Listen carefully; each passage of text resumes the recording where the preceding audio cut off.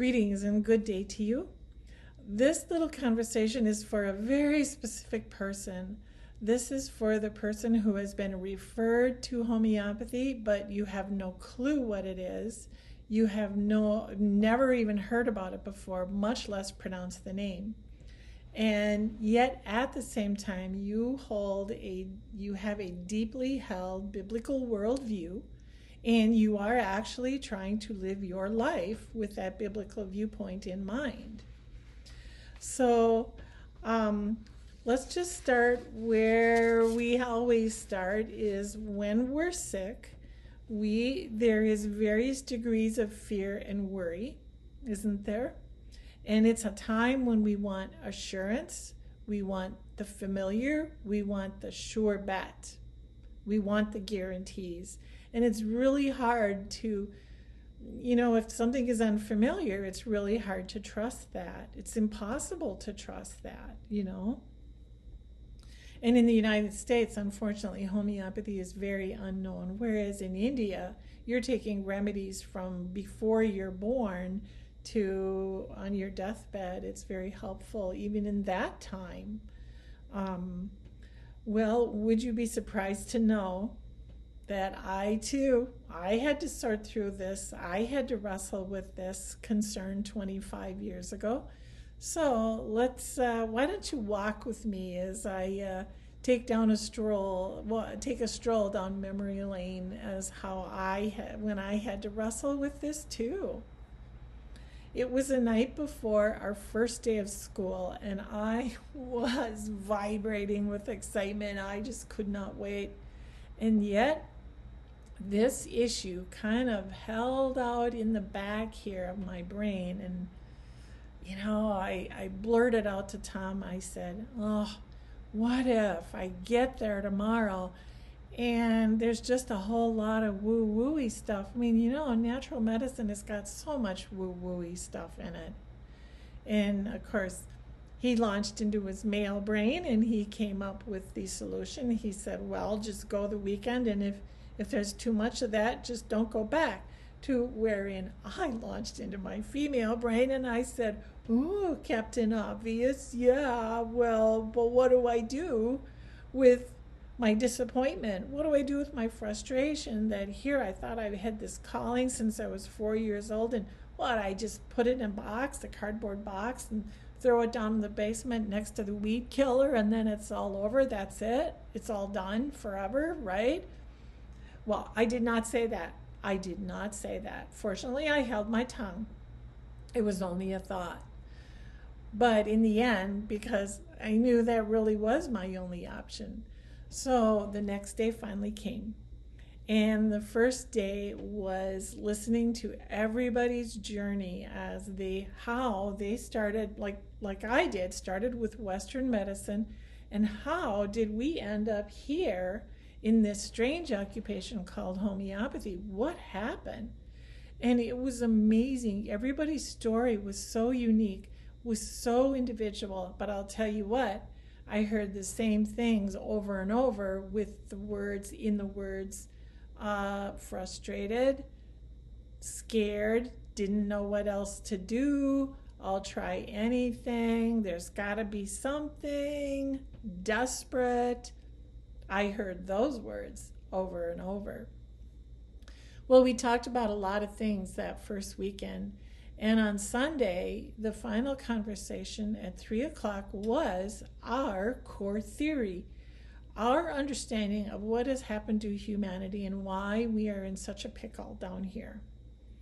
So, and by this time, I had come to the realization that even though I'd been in natural medicine as a consumer and I was a colon therapist, so I was a practitioner of sorts, it became clear to me that everything I thought I knew didn't apply. Nothing translated. I was in a whole new world. Well, it was time for the discussion to start, and so our teacher started, and he said, "Okay, this core theory of ours, well, it all started in this garden.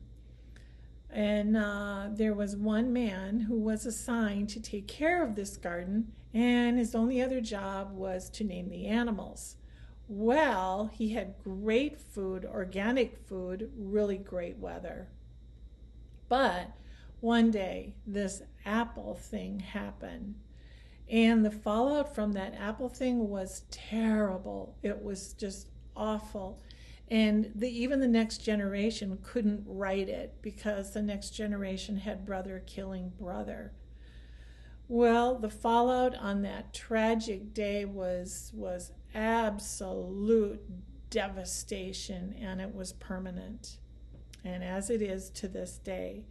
So even though he went on to say, even though we understand the spiritual aspect of that was just as devastating as the physical aspect, physical, mental, emotional aspect of that, it was huge. And even though we understand all of it as part of the problem, when you have that spiritual aspect along with the physical, mental, emotional fallout, all of a sudden it becomes so big you can't handle it all. And then what happens is it kind of degrades down into a theological debate, and then people are left with their sickness and their illness and their suffering, which is intolerable. That is not possible. We cannot let that happen.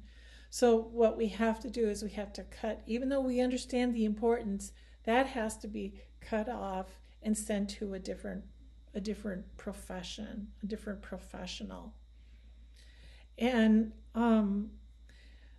as the years rolled on, I did discover there was a couple other gals that had the same biblical worldview that I did. And it was a relief to know that there was someone else. There aren't very many of us out there, though. But, and another thing that I noticed was every year this kind of came up. The question would come up, what about that Garden of Eden thing? Was that real? Was that true? Or was it an urban legend?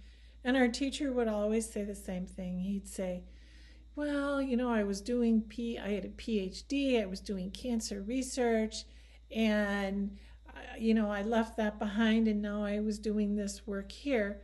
And now that I've been doing this, I think it was true. I don't see any other way of explaining what has happened. I don't see any other thing that makes any sense.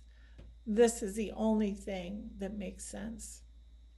So, yes, folks, that means that the biblical understanding of Adam and Eve in the Garden of Eden is our core theory. It is our North Star.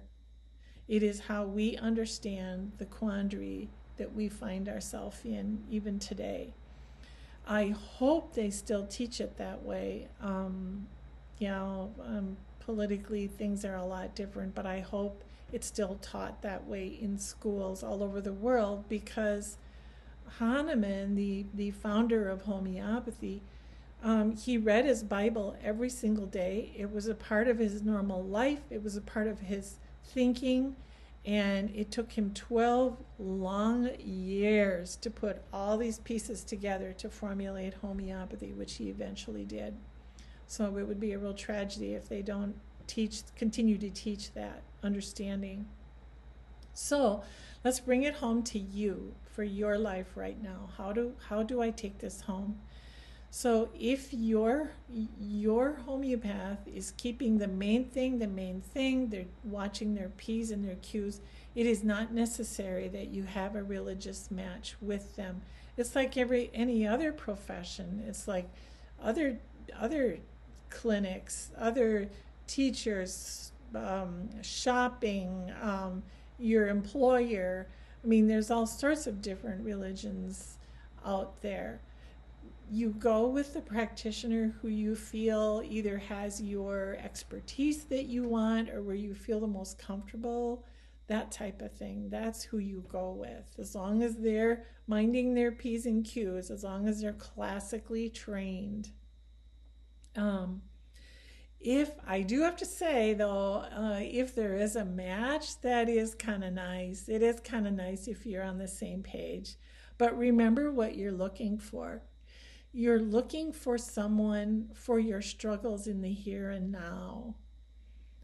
You've got your future all set up. That is signed, sealed, delivered, as the old song goes.